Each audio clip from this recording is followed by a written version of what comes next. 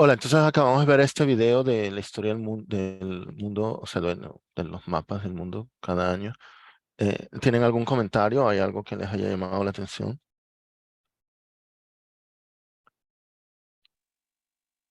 Increíble lo rápido, digamos, en el corto tiempo en que se conforma el mundo como lo entendemos hoy, ¿no? En cuanto a las figuras, eso me llamó la atención y el crecimiento exponencial de Rusia después de 1600, que si mal no recuerdo, 1600 y algo, empezó a conformarse Rusia y empezó a expandirse y acabó con lo que era Mongolia en buena parte de los primeros 500 años, después del año 1000 pues, en adelante. Interesante. Bueno, entonces lo que queda de curso vamos a estudiar todos los cambios de frontera que ha habido ahí. Eh, bueno, los mongoles, como el imperio de Sí, yo iba a Gengis Khan. comentar lo impresionante que se veía el tamaño del Imperio Mongol en el siglo XIII y Sí, ¿no? ¿Dónde luego estaba? se va a la nada. Y, ya. Pero hay algo que no sé si notaron. Es que claro, hay tantas cosas ocurriendo al mismo tiempo, es difícil notar. Voy a repetir esta parte. Cuando el imperio de Mongolia crece, la población mundial decae. Eh,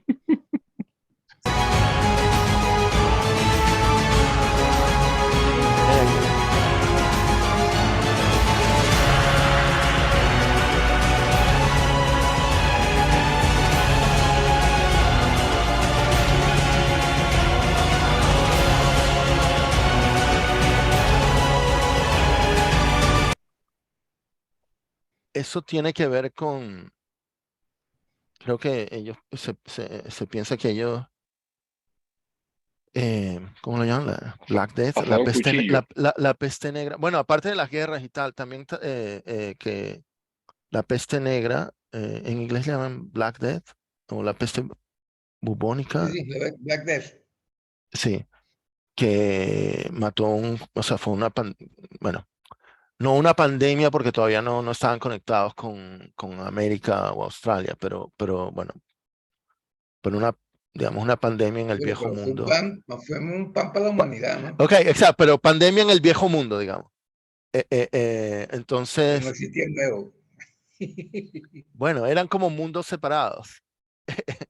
Y, y, y sí, o sea, bueno, luego, lo otro que me llama la atención, bueno, tendemos a llamarlo Medio Oriente, pero ahora he aprendido que no es un término políticamente correcto porque hablar de Medio Oriente y Lejano Oriente es como muy eurocéntrico. Ahora es más correcto decir el suroeste de Asia. Bueno, que hayan pasado cosas, o sea, todo el tiempo. O sea, la cantidad, o sea, yéndose o sea, es que desde el comienzo de la civilización ahí estaban cayéndose a palos. Y así, o sea, la cantidad de civilizaciones que han aparecido y imperios bueno, y todos esos cambios de frontera, la mayoría creo implican guerras, ¿no? Eh, eh, eh, me- me- bueno, de hecho, yo en la presentación que tengo, he hecho tomé unos snapshots, unas imágenes de hace 32.000 años de, bueno, ahí Homo sapiens se estaba repartiendo, no había llegado, bueno, a América aún. Hace 16.000 años, hace 8.000 años, hace 4.000. Entonces las civilizaciones avanzadas, según esto, aparecieron, digamos, entre 8.000 y 4.000, hace 8.000, 4.000 años, ¿no? Pero lo que digo es, o sea, ya esa zona era complicada, ¿no? Esa el creciente fértil. Eh, eh, Hace 2.000 años, bueno, ya había algunas civilizaciones en las Américas, pero no las consideran avanzadas, pero ya algo había. Pero acá había empezado, o sea, aquí eh, eh, en Eurasia la cantidad de guerras, competencias, pero también de comercio, ¿no? De O sea, también habría colaboraciones y comunicación. Luego, hace 1000 años,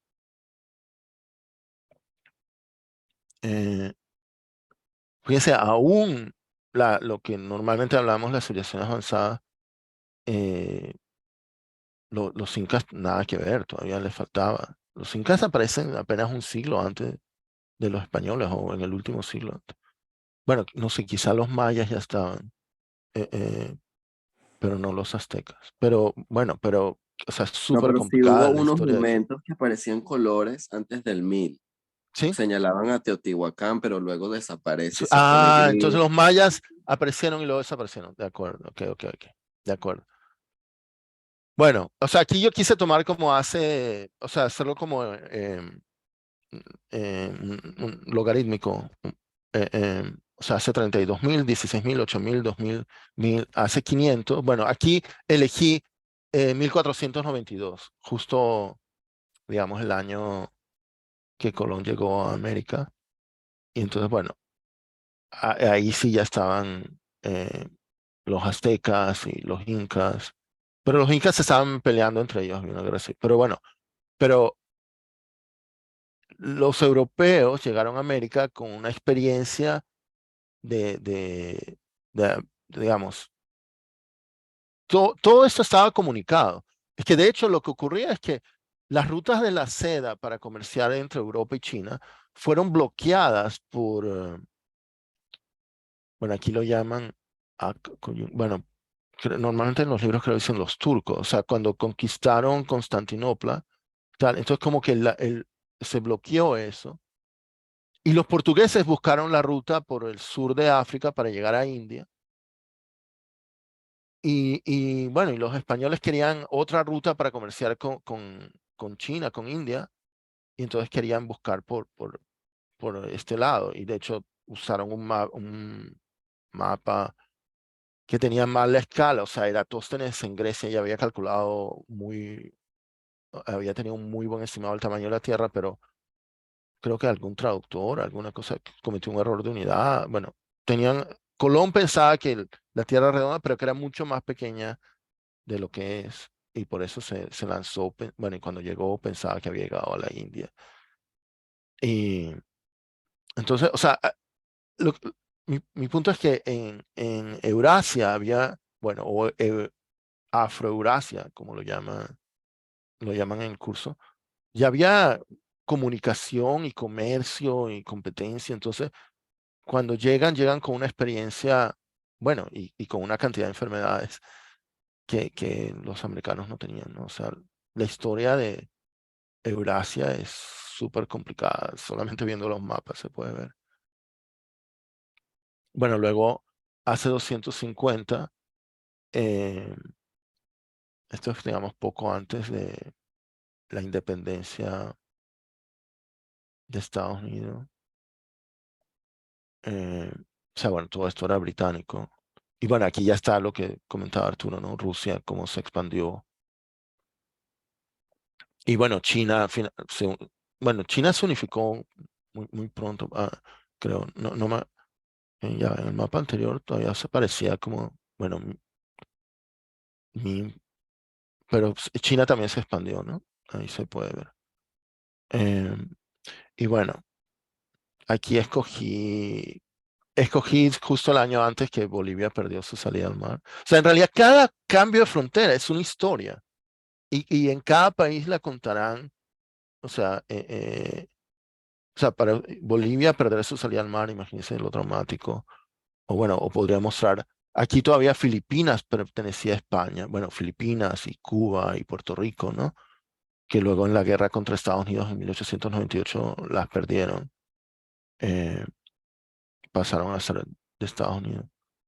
O, bueno, controladas por Estados Unidos. Pero todavía el imperio, bueno, el imperio español, eso era bueno, en 1898 creo que lo consideran como el final del imperio español. Pero bueno, ok. Entonces, hoy vamos a empezar la unidad 8, que como pueden ver es una unidad sin umbral.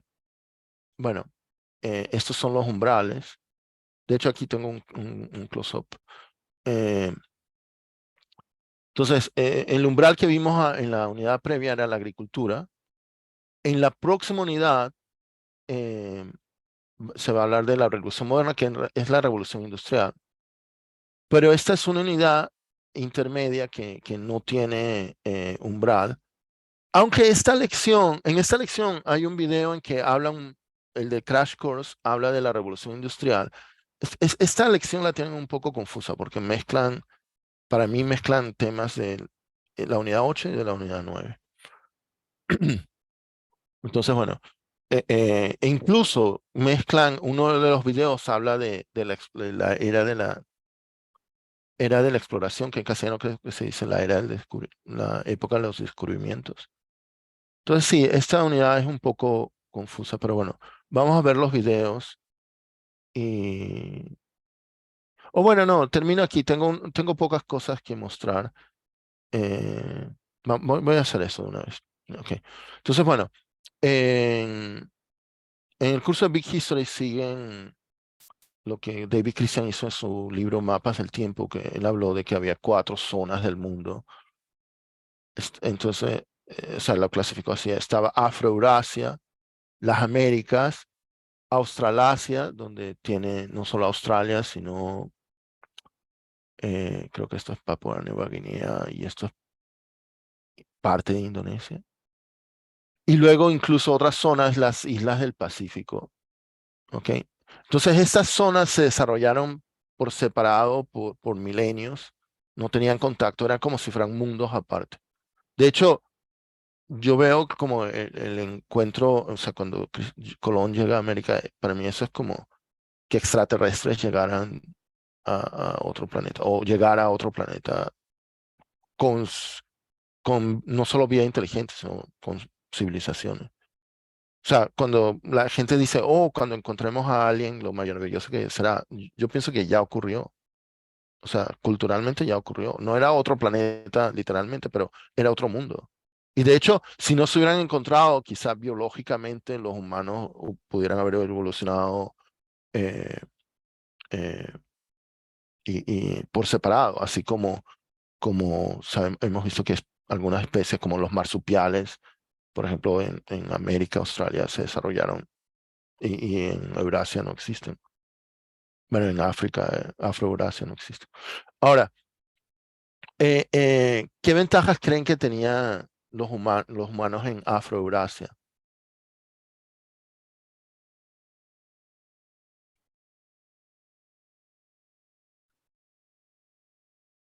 En esa zona del mundo.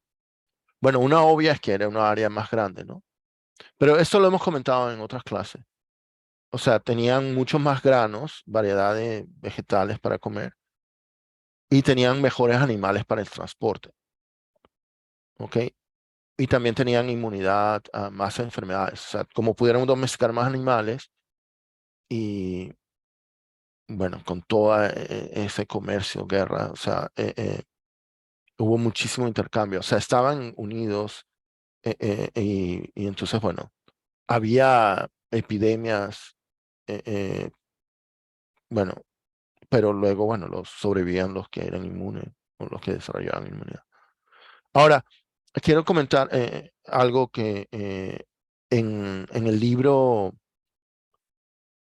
Armas, Gémenes y Acero, Jared Diamond no habla de Afroeurasia, habla de Eurasia. Y él dice que muchas de esas ventajas vienen del clima por tener un eje horizontal. O sea, eh, eh, verticalmente el clima cambia mucho y es difícil transportar la agricultura de norte a sur o de sur a norte, pero de este a oeste es más fácil. Y bueno, y algo que está clarísimo en el mapa es que en el video de los mapas que hemos visto es que, ah, o sea, en esta zona de Eurasia hubo muchísimo más, o sea, hay muchísimas más civilizaciones y guerras y culturas, intercambios. O sea, definitivamente de este a oeste hicieron muchísimo más. Y aunque África estaba unido, era más que nada la parte del norte de África, la del Mediterráneo, ¿no? O sea, la barrera supongo, del desierto y el trópico impedía ir hacia el sur. Bueno, ok. Eso es todo de esta grabación.